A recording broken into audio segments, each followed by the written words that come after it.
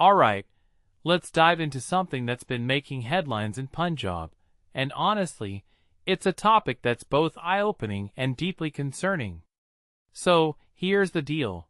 Punjab's jails have seen a massive surge in the supply of buprenorphine tablets. We're talking 8.87 crore tablets just this year. Now, before we go any further, let me give you a bit of context. Buprenorphine is a drug used to help people wean off substance dependence, particularly opiates. It's a tool in the fight against addiction, and Punjab has been using it extensively. But here's where things get interesting. The sheer scale of this supply, especially in jails, raises some serious questions. First off, the numbers are staggering. Over the past 4.5 years, the Punjab government has purchased 43.44 crore buprenorphine tablets. That's a lot of medication, and it's being supplied to lakhs of people, including inmates in jails. Now, personally, I think this highlights a much bigger issue: the extent of drug addiction in Punjab, particularly among those in the prison system. What many people don't realize is that jails are often a microcosm of society's larger problems, and this surge in buprenorphine supply is a red flag. What makes this really interesting is the timeline.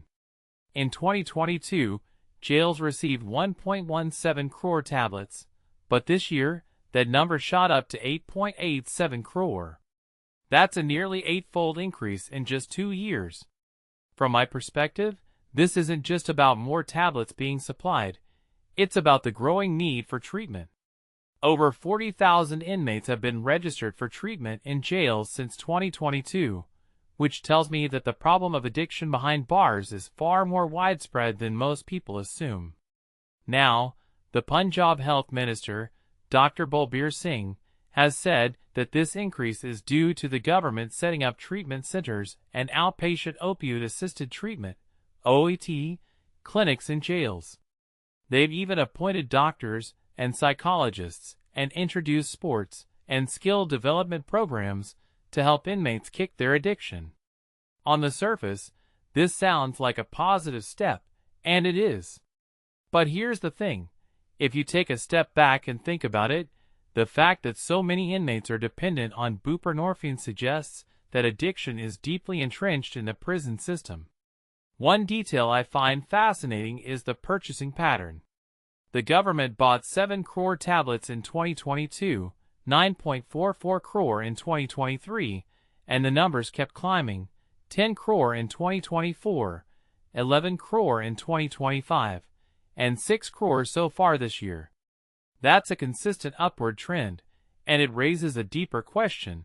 Are we addressing the root causes of addiction, or are we just managing the symptoms? In my opinion, while buprenorphine is a crucial tool, it's not a silver bullet. The fact that some treated addicts have relapsed and are being retreated shows that the issue is far more complex than just supplying medication. Another point to consider is the broader societal impact. The number of patients seeking treatment at OAT clinics has jumped from 2 lakh in 2022 to 3.17 lakh now. That's a 50% increase, and it's not just inmates, it's people from all walks of life. The government's Nashian Durud campaign has clearly raised awareness and encouraged more people to seek help, which is a good thing.